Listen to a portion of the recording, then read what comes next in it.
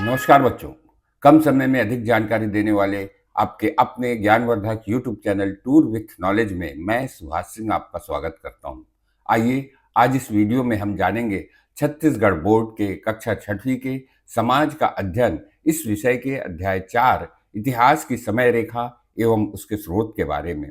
बच्चों, आपसे अनुरोध है कि आप इस वीडियो को ध्यान से देखिए एवं आगे बढ़ाने की कोशिश मत करिएगा, क्योंकि वीडियो के बीच बीच में अध्याय से संबंधित छोटे छोटे प्रश्न के उत्तर भी बताए गए हैं, जो प्रश्न आपकी परीक्षा की दृष्टि से महत्वपूर्ण हैं और आपसे पूछे जा सकते हैं।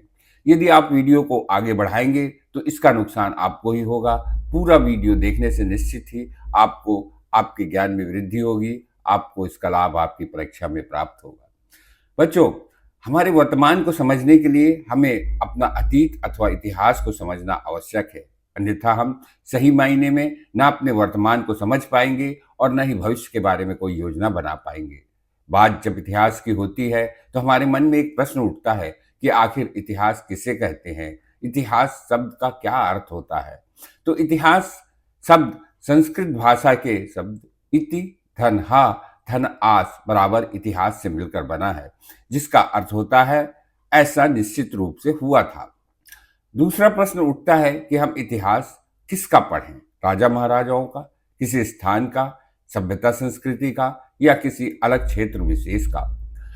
अपने अपने क्षेत्रों का इतिहास जानने का प्रयास करने के लिए यहाँ हमारे बहुत सारे वैज्ञानिक, बहुत सारे इतिहासकार अपने अपने स्तर पर प्रयास कर रहे हैं। इसी संबंध में आपके पुस्तक में दिए गए विवरण के अनुसार आपसे एक प्रश्न पूछा जा सकता है कि भूविज्ञानी किस चीज का अध्ययन करते हैं। इसका उत्तर होगा भूविज्ञानी पृथ्वी के स्वरूप और इतिहास को समझने के लिए पत्थरों, मिट्टी, पहाड़ियों, नदियों, महासागरों का अध्ययन करते हैं। दूसरा प्रश्न पूछा जा सकता है कि जीवाश्म विज्ञानी किस चीज का अध्ययन करते हैं। इसका उत्तर होगा जीवाश्म विज्ञानी पेड़ों, मनुष्यों, पशुओं के अवशेषों का अध्ययन करते हैं। अगला प्रश्न पूछा जा सकता है मानव विज्ञानी किस चीज का अध्ययन करते हैं।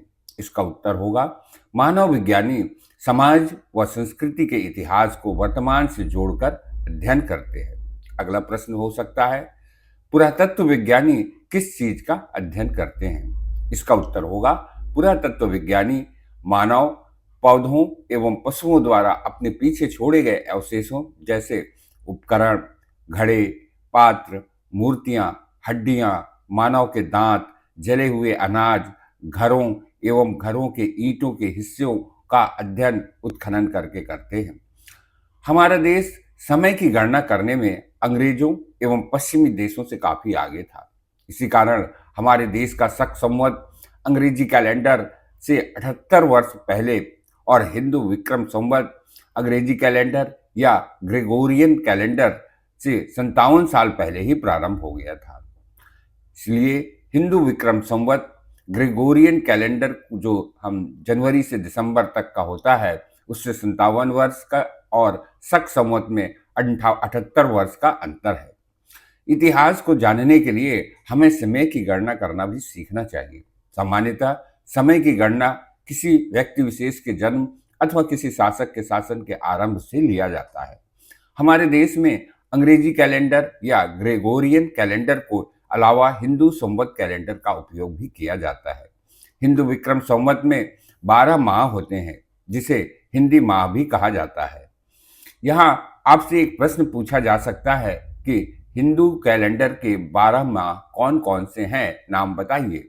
इसका उत्तर होगा हिंदू कैलेंडर के 12 माह चैत्र, बैसाख, जेठ या ज्येष्ठ, आषाढ़ या आषाढ़, सावन या श्रावण, भादो या भाद्रपद, अश्विनी या कुंवार, कार्तिक, अगहन या मार्गशीर्ष, पौष या पूस, माघ, फागुन होते हैं।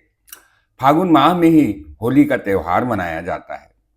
बच्चों, यदि आपको यहाँ तक का वीडियो अच्छा लगा हो तो चैनल को सब्सक्राइब और लाइक अवश्य करिएगा, ताकि भविष्य में आपको अन्य आने वाली अच्छी वीडियो की जानकारी समय पर हो जाए और आप इसका लाभ उठा सकें। आपसे एक प्रश्न और पूछा जा सकता है कि हमारी सरकार ने किस संवत को भारत के राष्ट्रीय पंचांग के रूप में मान्यता प्रदान की है? इसका उत्तर होगा, भारत सरकार ने सन 1957 में शक संवत को भारत के राष्ट्रीय पंचांग के रूप में मान्यता प्रदान की है। यह अंग्रेजी कैलेंडर से 78 वर्ष पूर्व प्रारंभ हुआ था। वर्तमान में जो कैलेंडर चल रहा है, जो संसार में सबसे अधिक प्रचलित है, जिसमें जनवरी से दिसंबर तक 12 माह होते हैं, इसे हम अंग्रेजी कैलेंडर या ग्रेगोरियन कैलेंडर के नाम से जानते हैं। यह कैलेंडर ईसा मसीह के जन्म से प्रारंभ होता है। इस कैलेंडर को एडी या सीई अथवा ईस्वी सन भी कहा जाता है। इसके पहले की तिथि को हम बीसी या बिफोर कॉमन एरा कहते हैं। अंग्रेजी कैलेंडर में एक कमी है कि इसमें शून्य वर्ष नहीं है, यह सीधे 1 से प्रारंभ होता है। इसी कारण जब हम सामान्य संवत से ईस्वी संवत पूर्व की गणना करते हैं तो उसमें 1 वर्ष घटा देते हैं। जैसे यदि हम ईसा पूर्व 2 से ईस्वी सन 2 की गणना करेंगे तो 2 धन 2 माइनस 1 बराबर 3 वर्ष होगा। आपसे प्रश्न पूछा जा सकता है कि गौतम बुद्ध का जन्म 560 सामान्य संवत पूर्व में हुआ था, तो गणना करके बताइए कि उनका जन्म आज से कितने वर्ष पूर्व हुआ था। उसका उत्तर होगा, गौतम बुद्ध का जन्म 560 ईसा पूर्व प्लस 2026 माइनस 1 बराबर 2585 वर्ष पूर्व हुआ था। इतिहास के समय की गणना में सुविधा के लिए इतिहास में घटित मुख्य घटनाओं के आधार पर समय रेखा बनाई जाती है। जैसे मनुष्य 40,000 वर्ष पूर्व सामान्य संवत पूर्व या ईसा पूर्व पत्थरों पर चित्रकारी करता था। सम्राट अशोक का जन्म सामान्य संवत पूर्व में हुआ था। आप चाहें तो संवत 1900 से लेकर आज तक एक समय रेखा बना सकते हैं, जिसमें अपने दादा दादी, नाना नानी, माता पिता, भाई बहन को अपनी जन्म तिथि की अंकित कर 20वीं शताब्दी के आरंभ व अंतिम वर्ष को भी अंकित कर सकते हैं, जो इस प्रकार होगा। इतिहास में समय की गणना करने के लिए कुछ विशेष शब्दों का उपयोग किया जाता है। इसे आपसे आपकी परीक्षा में प्रश्न के रूप में भी पूछा जा सकता है। जैसे प्रश्न, दशक किसे कहते हैं? इसका उत्तर होगा, 10 वर्षों के कालखंड को दशक कहते हैं। उसी तरह प्रश्न पूछा जा सकता है कि शताब्दी किसे कहते हैं? इसका उत्तर होगा, 100 वर्ष के कालखंड को शताब्दी कहते हैं। फिर एक प्रश्न पूछा जा सकता है कि सहस्त्राब्दी किसे कहते हैं? इसका उत्तर होगा, 1000 वर्ष के कालखंड को सहस्त्राब्दी कहते हैं। फिर एक प्रश्न और आपसे पूछा जा सकता है कि पंचांग क्या है एवं इसका क्या उपयोग है? इसका उत्तर होगा कि पंचांग तालिकाओं की एक पुस्तक है जिसमें प्रत्येक माह के दिनों के साथ साथ सूर्य एवं चंद्रमा की स्थिति के आधार पर तीज, त्योहार, सूर्योदय, सूर्यास्त, सूर्य ग्रहण, चंद्र ग्रहण आदि घटनाओं का पूर्वानुमान का सटीक आकलन किया जाता है।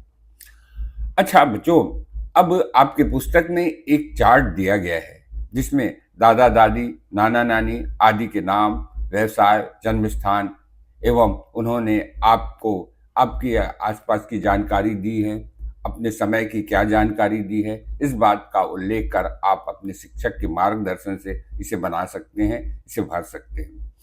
तो आइए अब आपसे एक प्रश्न पूछा जा सकता है कि इतिहास के स्रोत कौन कौन से हैं? संक्षिप्त में उदाहरण सहित बताएं। इसका उत्तर होगा, कोई स्थान, व्यक्ति, लेख अथवा वस्तु जिसके माध्यम से हम अतीत की किसी घटना अथवा कालखंड से संबंधित जानकारी एकत्रित करते हैं, उसे इतिहास का स्रोत कहते हैं। स्रोत कई प्रकार के होते हैं, जैसे मौखिक, पुरातात्विक, कलात्मक एवं साहित्यिक स्रोत। इसी तरह आपसे एक प्रश्न और पूछा जा सकता है कि अभिलेख किसे कहते हैं? इसका उत्तर होगा, किसी भी चिकनी सतह जैसे धातु, पत्थर, लकड़ी, छाल, बर्तन, सिक्के आदि में लिखे गए लेख को अभिलेख कहते हैं। एक प्रश्न और पूछा जा सकता है, इतिहासकार किसे कहते हैं? इसका उत्तर होगा, ऐसा व्यक्ति जो अतीत का ध्यान का अध्ययन करता है एवं उसके विषय में लिखता है उसे इतिहासकार कहते हैं।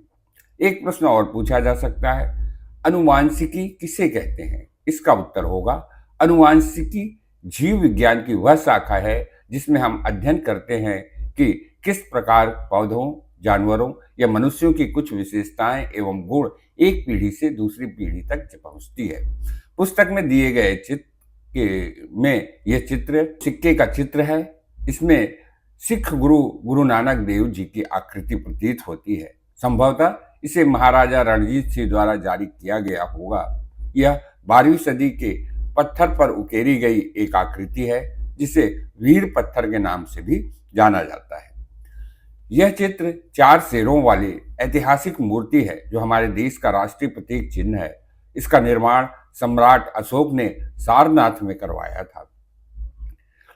वैसे तो यह माना जाता है कि पृथ्वी पर मनुष्य का जीवन 60 से 80 लाख वर्ष पूर्व आरंभ हुआ था, लेकिन जो हमारे पास ऐतिहासिक तथ्य हैं उसके अनुसार मनुष्य का जीवन पृथ्वी पर लगभग 3 लाख वर्ष पूर्व से माना जाता है। यह भी माना जाता है कि पृथ्वी पर 1 लाख वर्ष पूर्व से लेकर लगभग 12,000 वर्ष पूर्व तक हिमयुग भी रहा है, जिस समय सारी पृथ्वी बर्फ से ढक गई थी। एकाकी जीवन व्यतीत करने वाला मनुष्य धीरे धीरे समूह में रहने लगा और ग्राम एवं शहरों का विकास हुआ। आपसे एक प्रश्न पूछा जा सकता है कि आदि मानव किसे कहते हैं? इसका उत्तर होगा, मानव जाति के प्रारंभिक काल के मानव को आदि मानव कहते हैं। एक और प्रश्न पूछा जा सकता है कि पल्ली किसे कहते हैं? इसका उत्तर होगा, एक छोटी बस्ती अथवा छोटे गांव को पल्ली कहते हैं। बच्चों, आइए अब आपके अभ्यास प्रश्नों को भी हम हल कर लेते हैं। पहला प्रश्न है, एक परियोजना के रूप में अपने आसपास उपलब्ध इतिहास के स्रोतों का उपयोग करते हुए अपने परिवार, यदि आप गांव में रहते हैं तो गांव का इतिहास लिखिए। परियोजना के लिए अपने शिक्षक का मार्गदर्शन हेतु निवेदन कीजिए। उत्तर बच्चों, इसका उत्तर आप स्वयं लिखिए, क्योंकि आप जिस स्थान पर रहते हैं वो क्या है उस स्थान के बारे में आप ही जान सकते हैं। आप अपने परिवार के लोगों से पूछकर एवं अपने शिक्षक से मार्गदर्शन हेतु निवेदन करके परियोजना को पूरा कर सकते हैं। अगला प्रश्न है, क्या हम इतिहासकारों की तुलना जासूसों से कर सकते हैं? इसका उत्तर होगा, हाँ, हम अपने इतिहासकारों की तुलना जासूसों से कर सकते हैं, क्योंकि जिस तरह घटना होने के बाद जासूस सत्य की खोज में उपलब्ध छोटी छोटी चीजों की जांच पड़ताल करते हुए परिस्थितियों का आकलन करते हैं, उसी तरह हमारे इतिहासकार भी करते हैं। अगला प्रश्न है, पूछा जा सकता है, तिथियों के साथ कुछ अभ्यास। तिथियां दी गई हैं, समय रेखा पर निम्नलिखित तिथियों के क्रमानुसार लगाइए। 323 सामान्य संवत, 323 सामान्य संवत पूर्व, 100 सामान्य संवत, 100 सामान्य संवत पूर्व, 1900 सामान्य संवत पूर्व, 1990 सामान्य संवत, 2024 सामान्य संवत। इसका उत्तर समय रेखा में कुछ इस प्रकार होगा। सबसे पहले सन 1900 सामान्य संवत पूर्व, उसके बाद 323 सामान्य संवत पूर्व, फिर 100 सामान्य संवत पूर्व, उसके बाद 100 सामान्य संवत, फिर 323 सामान्य संवत, उसके बाद 1900 सामान्य संवत, फिर 2024 सामान्य संवत आएगा। बच्चों, अगला प्रश्न है, झांसी की रानी का जन्म 1828 संवत में हुआ था। इसका संबंध किस शताब्दी से है? उनका जन्म भारत की स्वतंत्रता से कितने वर्ष पूर्व हुआ था? इसका उत्तर होगा, झांसी की रानी का जन्म 1828 संवत में हुआ। इस तरह उनका जन्म 19वीं शताब्दी से में हुआ था। 1947 में हमारा देश स्वतंत्र हुआ, तो इसकी गणना हम कुछ इस प्रकार करेंगे कि महारानी की रानी लक्ष्मीबाई का जन्म 1828 में हुआ, तो 1947 माइनस 1828 बराबर 119 वर्ष।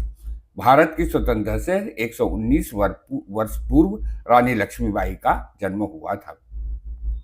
अगला प्रश्न है, किसी निकटतम संग्रहालय के भ्रमण की योजना बनाइए। संग्रहालय के प्रदर्शनियों के विषय में पहले से कुछ जानकारी जुटा लीजिए। इस भ्रमण के दौरान कुछ टिप्पणियां तैयार कीजिए। भ्रमण के पश्चात एक संक्षिप्त टिप्पणी लिखिए और उसमें भ्रमण से जुड़ी स्मृतियों एवं रोचक बातों या घटनाओं को रेखांकित कीजिए। उत्तर: बच्चों, आप जिस स्थान पर रहते हैं उसके आसपास यदि कोई संग्रहालय हो तो वहां का भ्रमण कीजिए, अन्यथा किसी ऐतिहासिक स्थान का भ्रमण कीजिए और जानकारियां एकत्रित कर उस स्थान का रिपोर्ट बनाने पे अपने शिक्षक की सहायता लीजिए। अगला प्रश्न है, अपने विद्यालय में किसी भी पुरातत्व विज्ञानी अथवा इतिहासकार को आमंत्रित कीजिए और उनसे स्थानीय इतिहास एवं उसे जानना क्यों महत्वपूर्ण है इस विषय में व्याख्यान देने का आग्रह कीजिए। उत्तर: इस संबंध में आप अपने शिक्षक की मदद ले सकते हैं। यदि आपको कोई पुरातत्व विज्ञानी या इतिहासकार की सेवा नहीं मिलती है तो आप लोग स्वयं ही अपने स्तर पर अपने नगर या गांव के इतिहास की जानकारी एकत्रित कर आपस में चर्चा कीजिए। बच्चों, मैंने प्रयास किया है कि कम से कम समय में आपको आपके विषय से संबंधित अच्छी से अच्छी रोचक जानकारियां प्रदान करूं, जिससे कि आपको आपकी परीक्षा में इसका से लाभ हो और आपके ज्ञान में भी वृद्धि हो। यदि वीडियो आपको अच्छा लगा हो तो अपने मित्रों को शेयर करते हुए वीडियो को लाइक करिए और कमेंट अवश्य करिएगा। धन्यवाद।